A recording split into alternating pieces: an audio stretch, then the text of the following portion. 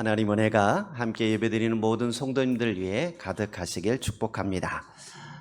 지난 주간 응암역을 지나오면서 보니까 불광천의 벚꽃이 꽃망울을 머금고 있는 것을 보았습니다. 아침 저녁으로 쌀쌀하긴 하지만 완전한 봄 기온을 느낄 수 있는 계절입니다. 봄이 되면서 교회 화단에도 작년에 떨어진 꽃씨가 싹을 틔우는지 새싹들이 올라오는 것을 볼 수 있습니다. 봄이 되면 꽃씨를 뿌린다든지 곡식의 씨앗을 뿌리게 됩니다. 꽃을 심거나 나무를 심기도 하고 무언가를 새롭게 시작하는 계절이 봄입니다. 반대로 가을은 심었던 것을 거두는 계절이지요. 오늘 여러분들은 어떤 계절을 보내고 계십니까? 어떤 분들은 그동안 수고하고 고생했던 수고의 열매들을 거두고 수확과 추수의 계절을 보내고 계시는 분도 계실 겁니다. 또 어떤 분들은 여러 가지 꿈과 기대를 가지고 새로운 일을 시작하며 희망의 씨를 뿌리는 분도 계실 것입니다. 어떤 분들은 주어진 일들을 열심히 감당하느라 땀 흘리고 있는 여름의 계절을 보내고 있는 분도 계실 것입니다. 어떤 분은 매서운 찬바람을 견디며 한겨울과 같이 힘들고 고달픈 시간을 보내고 계실 수도 있습니다. 여러분, 아무리 힘들고 어려워도 땀 흘려 수고하지만 수고의 대가를 얻지 못하고 열매를 거두지 못하고 기도해도 응답이 없고 내일을 장담하기 힘든 암울한 시간을 보낼 때가 있습니다. 그럴 때 오늘 본문의 말씀은 우리에게 놀라운 소망을 더하여 줍니다. 5절에 보시면 눈물을 흘리며 씨를 뿌리는 자는 기쁨으로 거두리로다 라고 말씀하고 있습니다. 이 짧은 한 절의 말씀 속에 하나님의 회복의 약속과 인내하는 자를 향한 격려 그리고 미래를 바라보는 소망이 담겨 있습니다. 오늘 말씀을 찬찬히 묵상하다 보면 아무리 고달프고 힘든 시간을 보내고 있다고 해도 새로운 소망을 갖게 될 것입니다. 오늘 본문 시편 126편은 성전에 올라가는 노래라는 표제가 붙어 있습니다. 시편에 보면 같은 제목의 시가 시편 120편부터 134편까지 총 15편이 등장합니다.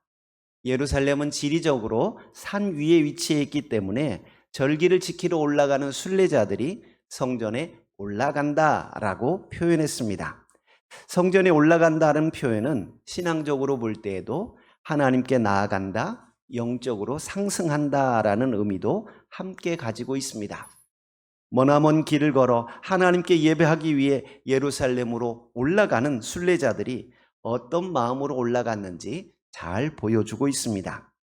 순례자들이 성전에 올라가며 불렀던 오늘 본문 시편 126편을 잘 살펴본다면 우리가 하나님 전에 나올 때 어떤 마음으로 나와야 하고 우리 신앙의 여정이 어떠해야 하는지 깨닫게 될 것입니다. 오늘 본문의 시는 크게 두 부분으로 나뉘어집니다. 1절에서 3절은 과거 하나님께서 행하신 회복을 회상하며 기뻐하는 부분이고 4절에서 6절은 미래 완전한 회복을 확신하며 하나님께 간구하는 부분입니다. 시인은 먼저 여호와께서 바벨론 포로에서 돌려보내셨을 때를 회상합니다. 1절 같이 한번 볼게요.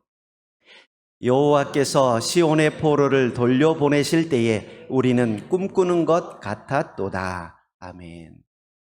이스라엘 백성들은 바벨론에 의해 완전히 멸망하였습니다. 왕과 백성들이 바벨론으로 끌려갔습니다. 그렇게 70년의 세월이 지나갑니다. 내가 살아있는 동안 고향 땅을 밟아볼 수 있을까? 우리나라가 다시 회복될 수 있을까? 암울한 시기를 보내고 있습니다.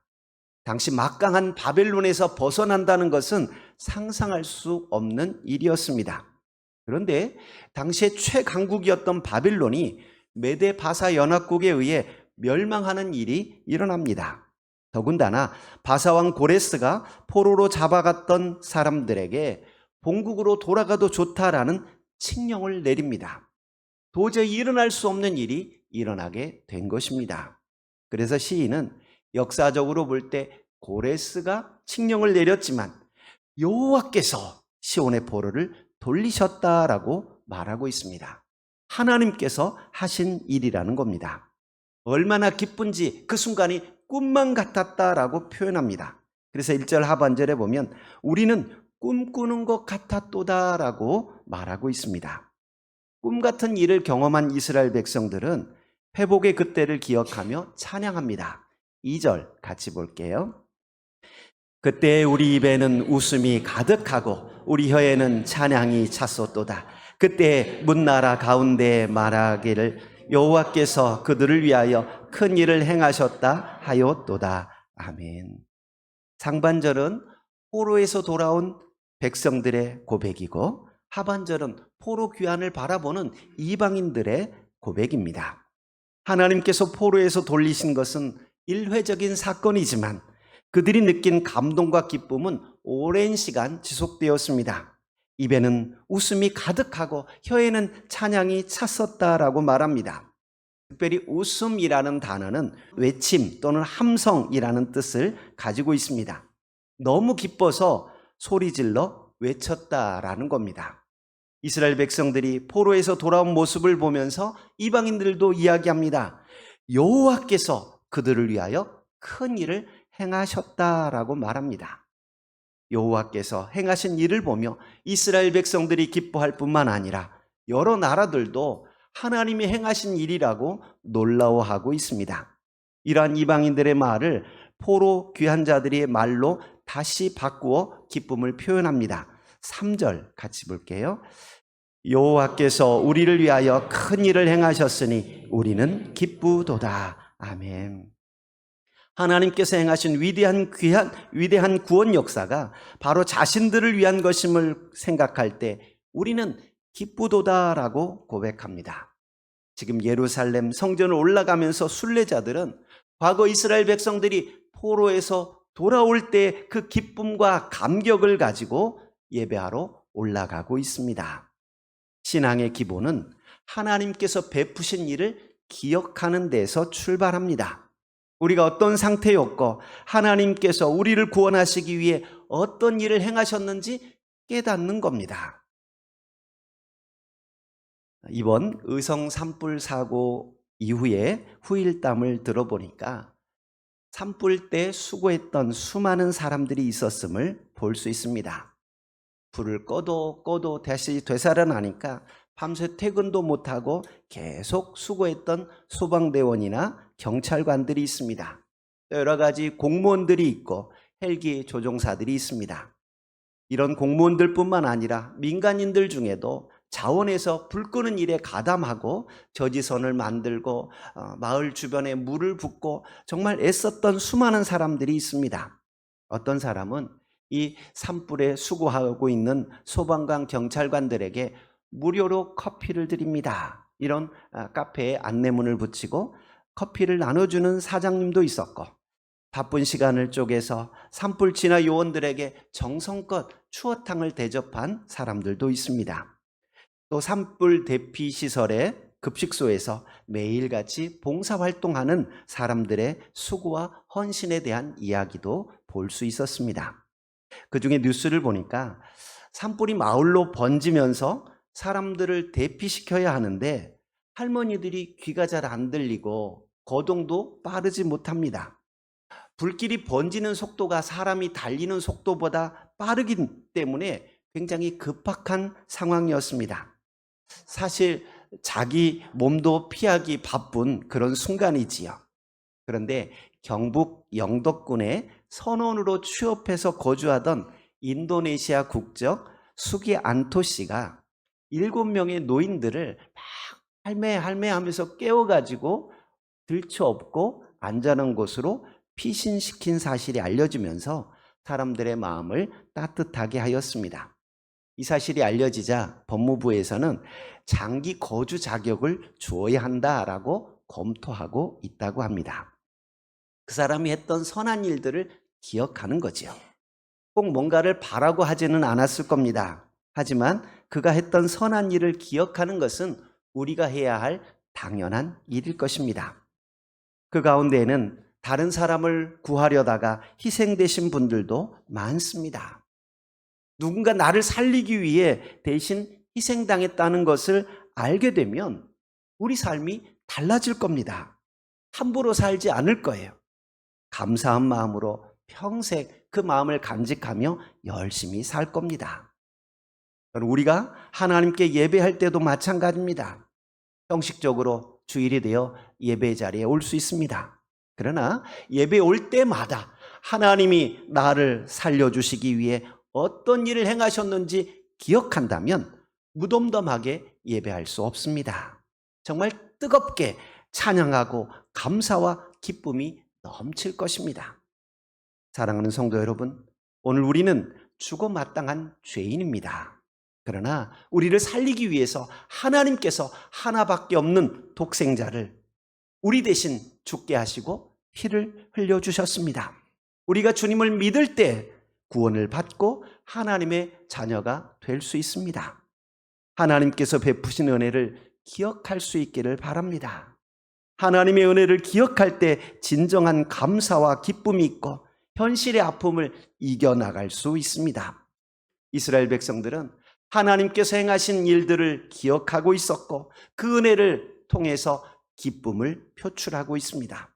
오늘 우리도 하나님의 은혜를 기억하며 기쁨으로 예배 자리에 나올 수 있기를 바랍니다.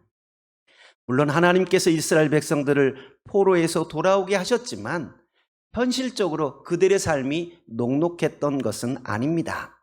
이제 시인은 이러한 하나님의 은혜를 기억하면서 남은 자신의 삶도 회복시켜달라고 간구합니다. 4절 같이 한번 볼게요. 4절입니다. 여호와여 우리를 포로들 남방 시내들 같이 돌려보내소서. 아멘. 남방 시내들이라고 표현하는데 남방은 네게브라는 단어입니다. 바짝 마르다라는 뜻에서 파생된 단어인데 당시 네게브에는 평상시 건기에는 바짝 말라서 물이 없다고 합니다. 그런데 우기가 되어 비가 쏟아지면 쫙 흐르는 시내가 형성이 됩니다. 많은 물이 한꺼번에 몰린다라는 겁니다. 시온의 영광이 완전하게 회복되기를 바라는 마음으로 바벨론에서 돌아오는 포로들이 남방 시내들 같이 쏟아져 나오게 하옵소서라고 하는 뜻으로 간구하고 있습니다. 아직 돌아온 사람은 적습니다. 그러나 남방 시내들 같이 많은 사람이 돌아오기를 소망하고 있고 하나님의 더 풍성한 은혜가 임하기를 간구하고 있습니다. 지금은 메마른 땅이지만 하나님의 넘치는 은혜를 사모하고 있는 것입니다. 시인은 이러한 믿음을 씨 뿌리는 자로 표현하고 있습니다. 5절, 6절 같이 볼게요. 5절, 6절입니다. 눈물을 흘리며 씨를 뿌리는 자는 기쁨으로 거두리로다. 울며 씨를 뿌리러 나가는 자는 반드시 기쁨으로 그 곡식단을 가지고 돌아오리로다. 아멘. 포로에서 돌아온 백성들은 씨를 뿌리는 농부와도 같습니다. 포로 귀환이라고 하는 달콤한 열매를 따먹었지만 또한 미래를 준비하며 씨를 뿌려야 했습니다. 그런데 오늘 말씀을 보면서 궁금한 생각이 듭니다. 씨를 뿌리러 나갈 때 왜 눈물을 흘리며 씨를 뿌릴까? 울며 씨를 뿌리러 나가는 사람들은 왜 울며 씨를 뿌리러 나갔을까라는 겁니다. 여러분, 꽃이 심는데 울면서 씨 뿌리는 사람이 있습니까? 뭔가 농작물 심으면서 고추 모종 옮겨 심으면서 아이고 힘들어 하면서 울면서 심는 사람이 있습니까? 물론 고대에서 힘들다고 할 수 있지만 울지는 않을 겁니다. 그런데 오늘 본문에 보면 울며 씨를 뿌리러 나가는 자들이라는 표현을 하고 있습니다. 여러분, 풍년이 들었을 때 씨를 뿌리는 것은 어렵지 않습니다. 먹을 게 충분하기 때문에 이것을 씨앗으로 심어도 전혀 상관이 없기 때문입니다. 그때는 아마 콧노래를 부르면서 야, 이 씨가 또 많은 열매로 다가오겠지 즐거운 마음으로 씨를 뿌릴 겁니다. 그런데 본문에서 눈물로 씨를 뿌린다라는 표현을 보면 씨를 뿌릴 때의 상황이 넉넉하지 않았다라는 것을 알 수 있습니다. 흉년이 들거나 소출이 적은 다음 해에 씨를 뿌리려면 망설여집니다. 왜냐하면 당장 먹을 곡식이 없기 때문입니다. 여러분, 우리나라도 얼마 전까지 보릿고개라는 표현들이 있었습니다. 3월 말에서 5월 말 이 시기에는 겨울 동안 저장했던 쌀도 떨어지고 고구마나 감자 같은 식량도 떨어집니다. 그런데 아직 보리는 열매가 거두지 못하는 그런 시기입니다. 그래서 된장국으로 산나물이나 나무 껍질을 벗겨서 또는 보리를 뜯어가지고 초금 목피하던 시절이 있었습니다. 먹을 게 떨어지는 시기이지만 그렇다고 종자되는 이 씨앗을 먹는다면 가을의 소출을 기대할 수 없습니다. 그래서 지금은 배가 고프지만, 지금은 힘들지만 씨앗을 심어야 합니다. 농부아사 침골종자라는 고사성어가 있습니다.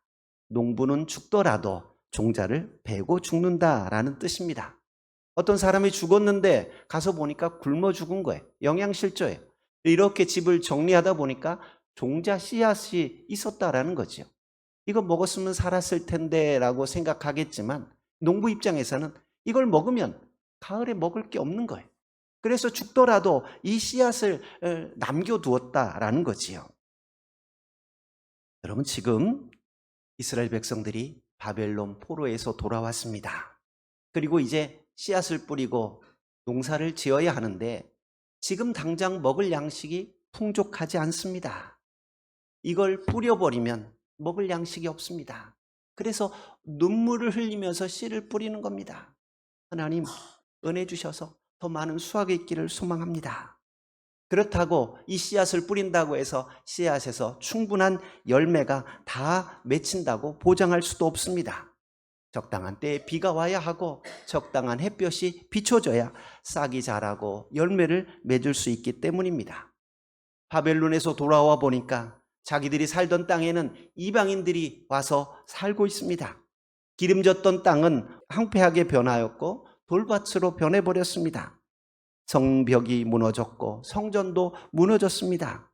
70년 동안 내버려 두었으니까 얼마나 황폐하게 되었을 겁니까? 그런데 여기에 씨를 뿌린다고 곡식이 잘 될 거라는 보장조차 없습니다. 그래서 눈물로 씨를 뿌렸던 겁니다. 그런데도 그들은 기쁨으로 곡식단을 가지고 돌아올 것을 믿고 씨를 뿌렸습니다. 사랑하는 성도 여러분, 우리 현실이 녹록지 않고 바짝 마른 땅과 같이 황량하고 황폐할 수 있습니다. 눈물 없이는 씨를 뿌릴 수 없는 절박하고 안타까운 상황일 수 있습니다. 그러나 우리를 인도하시고 구원하신 하나님의 은혜를 기억하고 큰 강을 만드실 하나님을 기대하며 눈물로 씨를 뿌려야 합니다. 하나님께서 풍성한 수확의 기쁨을 허락하실 것입니다. 그렇다고 한다면 우리가 뿌려야 할 씨는 무엇일까요? 우리가 농사 짓는 사람이 아닌데 여기서 말하는 씨가 꼭 그냥 곡식을 말하지는 않을 겁니다. 예수님께서는 예루살렘 여인들에게 자신을 위해 우는 그 여인들을 보며 나를 위해 울지 말고 너와 네 자녀들을 위해 울라라고 말씀하셨습니다. 여러분, 우리가 뿌려야 할 씨앗은 자녀를 위한 눈물의 씨앗입니다. 방황하던 어거스틴을 보며 슬퍼하며 기도하던 어머니 모니카에게 당시 밀라노의 주교였던 암브로스가 말합니다. 이토록 많은 눈물을 흘리는 어머니의 아들은 결코 망하지 않을 것입니다. 어머니가 자녀를 위해 눈물 흘려 기도하고 있다면 그 자식은 망하지 않는다는 것입니다. 지금은 그 어느 때보다 우리 자녀를 위해 기도가 필요한 시기입니다. 죄의 유혹이 가득한 이 시기에 믿음을 지키는 것 쉽지 않습니다. 그래서 우리는 우리 자녀들을 위해 눈물로 기도해야 합니다. 자녀를 위해 기도하고 배우자를 위해 기도하고 교회를 위해 기도하는 모든 기도의 눈물은 헛되지 않을 것입니다. 또한 우리는 하나님을 위해 사랑의 수고의 씨를 뿌려야 합니다. 우리가 교회 안에서 하는 봉사나 세상 가운데에서 사랑으로 섬기는 모든 일은 쉽지 않습니다. 그러나 우리의 작은 수고와 사랑을 통해 풍성한 은혜의 열매를 거두게 하실 것입니다. 또한 우리는 무엇보다도 복음의 씨를 뿌려야 하겠습니다. 주님께서 이 땅에 오신 목적이 잃어버린 자를 찾아 구원하려 함이라고 말씀하셨습니다. 우리가 주님을 따르는 제자라고 한다면 주님께서 행하신 것처럼 영혼 구원의 열정과 사명을 가지고 오늘도 복음의 씨를 뿌려야 합니다. 적박한 심령이라 싹이 나지 않을까 걱정도 되고, 우리가 믿음으로 뿌리지만 그 사람이 예수님을 믿을지 안 믿을지 알 수 없습니다. 그러나 우리는 믿음으로 뿌리는 겁니다. 자라게 하시고 열매 맺게 하시는 분은 하나님이십니다. 사랑하는 성도 여러분, 저마다 느끼는 인생의 계절은 다릅니다. 어둡고 깜깜한 시간을 보내는 분도 있고, 슬프고 힘든 시간을 보내는 분도 있습니다. 그러나 우리가 하나님께 나와 예배할 때 우리를 위해 행하신 하나님의 놀라운 사랑과 은혜를 기억하고 감사함으로 예배할 수 있기를 축복드립니다. 우리가 하나님을 찬양하며 기쁨으로 예배할 때 하나님께서는 우리의 눈물이 변하여 기쁨이 되게 하시고 우리의 사랑의 수고를 통해서 풍성한 결실을 허락해 주실 것입니다. 날마다 하나님의 은혜와 기쁨을 맛보는 모든 성도님들 되시길 주님의 이름으로 축복드립니다. 하나님 아버지, 만물이 싹을 틔우는 계절, 우리도 하나님의 은혜 가운데 믿음으로 씨앗을 뿌리기 원합니다. 우리 자녀들을 위해 눈물로 기도하게 하시고 교회와 나라와 민족을 위해 눈물로 기도하게 하여 주시옵시고, 하나님께서 우리에게 맡기신 영혼들을 위해 기도할 수 있는 저희들 되게 하여 주옵소서. 할 수 있는 대로 하나님의 사랑을 실천하게 하여 주시고 할 수 있는 대로 복음의 씨를 뿌리게 하셔서 하나님의 마음을 시원케 드리는 믿음의 성도들 다 되게 하여 주옵소서. 예수님 이름으로 기도하옵나이다. 아멘.